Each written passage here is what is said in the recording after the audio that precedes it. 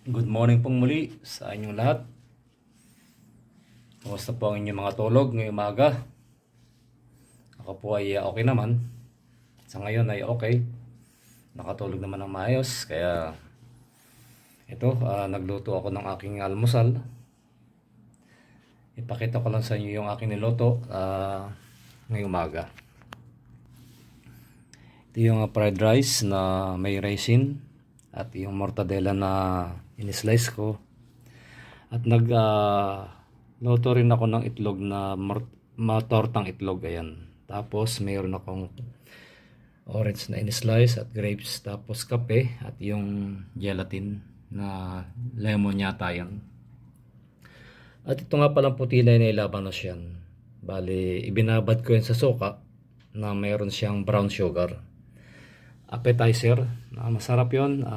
Kung hindi kayo mahilig kumain ng labanos na fresh o inihahalo sa gulay, sa sinigang, pwede nyo gawin yung salad. Lagyan nyo ng para manamis siya.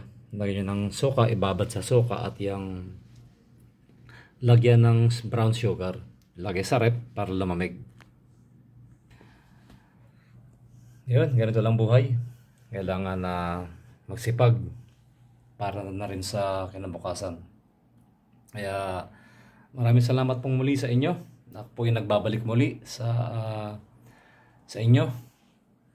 Pasensya na po kayo kung ako po ay madalang manood muli ng mga inyong mga videos.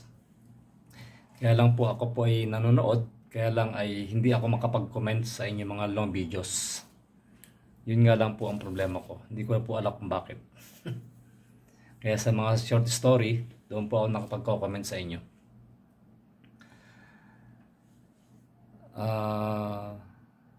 Sana po tayo magkwentuhan. Ayun po, maraming salamat pong muli sa inyong lahat sa walang sawang pagsubaybay muli sa aking YouTube channel.